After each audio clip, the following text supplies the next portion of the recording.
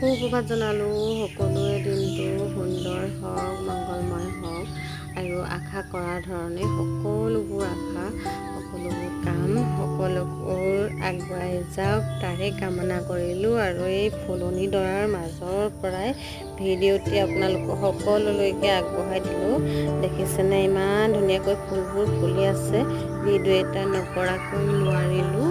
সকলোৱে মোৰ চেনেলটি ছাবস্ক্ৰাইব কৰি দিব আৰু মোৰ যদি ভিডিঅ'বোৰ ভাল লাগে তেতিয়াহ'লে লাইক, কমেণ্ট, শ্বেয়াৰ কৰি দিব।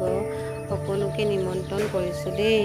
আপোনালোকৰ সহায় সহযোগ অবিহনে আগুৱাই যাব নোৱাৰি। Bye bye.